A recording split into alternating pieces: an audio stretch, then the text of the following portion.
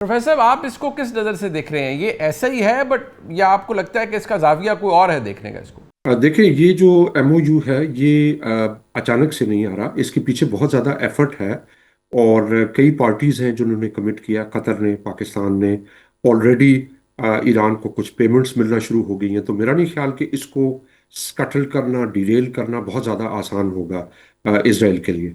मुझे लगता है कि ये ट्रम्प, ज़ाहिर है इतने प्रिडिक्टेबल नहीं है प्रेसिडेंट ट्रम्प, लेकिन जो अब उनकी बॉडी लैंग्वेज है, जो वो बात कर रहे हैं, मुझे उससे बहुत क्लैरिटी नज़र आती है कि इसराइल को वो कॉल आउट कर रहे हैं और कह रहे हैं कि अब इससे आगे को एक तरह की उन्होंने सुर्ख लकीर खींच दी है। और वो समझ में आता है क्योंकि अमेरिका के अंदर इंतखाबात आ रहे हैं 3-4 माह के बाद। और मुझे पता नहीं क्यों ये महसूस होता है कि ये सिर्फ ट्रम्प की पोजीशन नहीं है। जो अमेरिकन इस्टेब्लिशमेंट है वो खुद भी पिछले 2-3 महीनों से काफ़ी डिवाइडेड थी। और अब एक ऐसा पॉइंट आ गया जिसपे उन्होंने सुर्ख लकीर खींच दी है कि हम अगर मजीद आगे बढ़ेंगे तो ये मजीद डिस्ट्रक्शन होगी। इसकी एक वजह यह भी है कि जो जितने लोकल पार्टनर्स हैं, इंक्लूडिंग मुत्तहिदा अरब अमारात, Saudi Arabia, Qatar, Bahrain, Kuwait, इन सब ने बहुत क्लैरिटी के साथ अमेरिका को बताया कि आप इसको रोकें वरना इसके बहुत लंबे कॉन्सिक्वेंसेस होंगे। आज जो हिलरी क्लिंटन का इंटरव्यू वायरल हो रहा है ट्विटर पे, उस पे भी वो कह रही हैं कि ये नेतन्याहू साहब हमेशा हमारे ऊपर ये प्रेशर डालते हैं और हर हुकूमत के ऊपर प्रेशर डालते हैं। तो उससे मुझे ये लगता है कि ये सिर्फ ट्रम्प की असेसमेंट नहीं है। अब आगे हम जिस मरले में जा रहे हैं उसमें हो सकता है इसराइल लॉबी कहते हैं वो नेतन्याहू को भी ड्रॉप कर दे, क्योंकि नेतन्याहू भी उनके लिए एक लायबिलिटी बन गई है। तो मैं बहुत पुरुमीद हूँ कि ये एमओयू साइन भी होगा, उसके बाद ये मेंटेन भी होगा।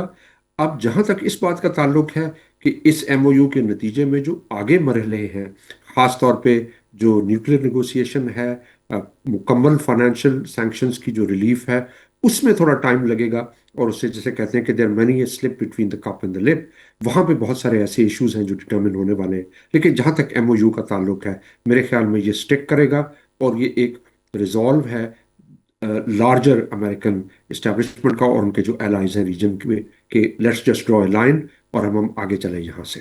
जल साहब, ये बताइएगा, अगेन एक इंटरेस्टिंग प्रोपोजिशन है क्योंकि जब इस तरह के मुआहदे होते हैं तो फिर नई इंगेजमेंट्स होती हैं, नई रीअलाइनमेंट्स होती हैं मुख्तलिफ रियासतों के दरमियान। इस खत्े के अंदर आपको क्या तब्दील होता हुआ नज़र आ रहा है? बिकॉज ये एक ऑब्वियसली क्रूशल पॉइंट है और पाकिस्तान का ताल्लुक ईरान से माजी में जैसा भी रहा है, इसके बाद इस पूरे एपिसोड के बाद तो बहुत मोतरफ है ईरान भी और उसकी क़यादत भी पाकिस्तान के किरदार की।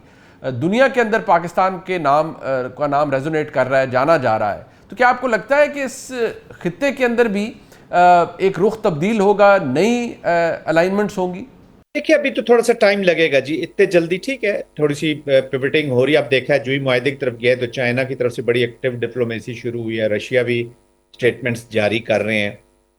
लेकिन जो मिडिल ईस्टर्न कंट्रीज़ हैं, जिस तरीके से वो अपने सिक्योरिटी आर्किटेक्चर प्रेसिडेंट ट्रम्प या अमेरिका के साथ उन्होंने रखा हुआ, कंसर्न ज़रूर उनके लिए क्रिएट हुए हैं। और ये डिपेंड करेगा कि अभी ईरानियन अप्रोच क्या है रीजन के अंदर और रीजन उसको एब्जॉर्ब कैसे करता है। जो पॉजिटिव साइंस आए हैं लाइक सऊदी अरेबिया की तरफ से, कुवैत की तरफ से, कतर की तरफ से, and they were part of this negotiation का हिस्सा थे थ्रू पाकिस्तान।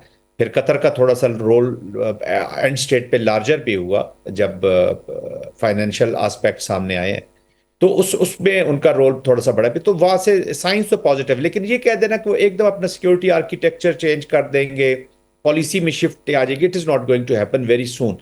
लेकिन एक स्ट्रेटेजिक इकोनॉमी की तरफ ख्यालात जरूर गए हैं। ऑलरेडी सऊदी अरेबिया पाकिस्तान जैसे मुल्कों के साथ स्ट्रेटेजिक पार्टनरशिप में है। तुर्किया का रोल भी हम देख रहे हैं यहाँ पे। रोल्स तो मौजूद है, how quickly these countries pick those roles या उस तरफ कितने जल्दी बढ़ते हैं, ये अब उनका डिसीजन है। But having said that, concern जरूर क्रिएट हुए हैं, लेकिन इतने जल्दी वो इस मौजूदा जो सेटअप है या सिक्योरिटी आर्किटेक्चर है उससे निकलना उनके लिए बड़ा मुश्किल हो जाएगा। अगर ईरान अपनी पॉलिसीज रिव्यू करता है, खुद इनिशिएटिव्स लेते हैं, तो आई थिंक चांसेस तो है कि काफ़ी चीज़ें बेहतर हो सकती है। It will help them protect themselves from the जो एक्सपेंशनिस्ट डिज़ाइंस है इसराइल के, उससे उससे मदद मिलेगी। ये मैं नहीं कहता कि ये एक ऐसा इत्तेहाद बने कि जो किसी के खिलाफ हो, लेकिन अपनी प्रोटेक्शन और अपनी स्टेबिलिटी के लिए बन जाए तो कोई मुजायका नहीं है। जॉर्ज सलीम साहब, आपके नज़दीक इसको ऐसे ही इसी जाविये से देखना चाहिए, या आपको लगता है कि there is a lot more to it that needs to be ascertained, इस पूरे इक्वेशन को अगर हम देखते हैं तो? एक तो यह है कि देखें, बेसिक आर्किटेक्चर जो है, सिक्योरिटी आर्किटेक्चर इस खित्ते का, अगर हम गल्फ की बात कर रहे हैं, तो वो तब्दील तो ये नहीं होगा कि बिल्कुल ही पैराडाइम शिफ्ट आ जाए उसमें।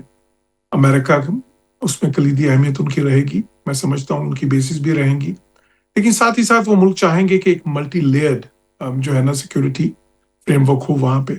उसमें फिर रोल होगा मिडिल पावर्स का, जिस तरह पाकिस्तान है, मे भी तुर्किया है, फिर उसके साथ जो खलीज के ममालिक हैं, कतर है, सऊदी है, बाकी जो ममालिक हैं सारे वो शामिल होंगे। फिर उसमें किसी तरह से ईरान को भी शामिल करना होगा। कोई एक रेप्रोचमान ईरान के साथ भी जो है, जाहिर है कि खलीजी ममालिक को, जिस तरह सऊदी अरब ने की थी, वो बाकी ममालिक को भी करनी होगी। फिर ही वो एक मुस्तहकम किस्म का, एक ड्यूरेबल किस्म का सिक्योरिटी आर्किटेक्चर रहेगा।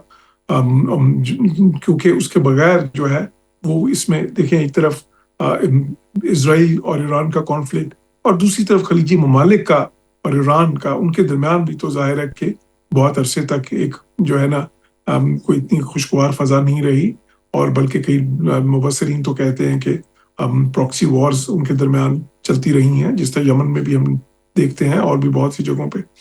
तो इसलिए मैं समझता हूँ तब्दीलियां बिल्कुल आएंगी।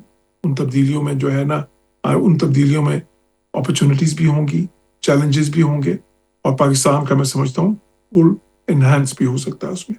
प्रोफेसर, क्या ये ऐसा ही है the way it's being elaborated, या जिस तरह इसको हम एनालिसिस इसका कर रहे हैं, या आपको इसकी कोई मुख्तलिफ डायमेंशन भी देखते हैं? देखें, अब एक चीज हमें समझ लेनी चाहिए कि जो गल्फ का सिक्योरिटी ऑर्डर है वो 1990 की जो और 91 की जो 1991 की जो वॉर थी, इराक वॉर, उसके बाद ये सिक्योरिटी ऑर्डर चेंज हो रहा है। अगर आप याद करें तो जो पहली खलीजी जंग हुई इराक में, उसके बाद इसराइल को बिला रोक टोक वो जहां जा सकता था उसने अटैक किया। इराक के ऊपर भी अटैक दोबारा भी करवाया, सीरिया, लेबनान, यमन, ये सारी जगह इस पे आग भड़कती रही।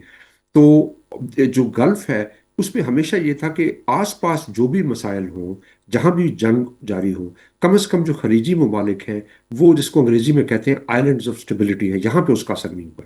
लेकिन ये पहली मर्तबा हुआ है पिछले 30 सालों में कि जो अमेरिकन सिक्योरिटी अरेंजमेंट है गल्फ में, उसको डायरेक्टली चैलेंज किया गया है।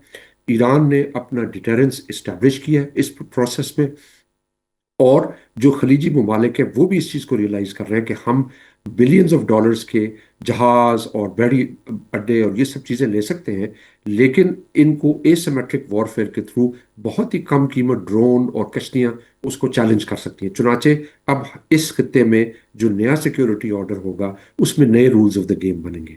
अब जाहिर है ये एक ऐसी सिचुएशन होती है जिसमें पुरानी सफबंदियां ख़त्म होती हैं और नए इम्कानात पैदा होते हैं, जिसको हम मोमेंट्स ऑफ पॉसिबिलिटीज कहते हैं।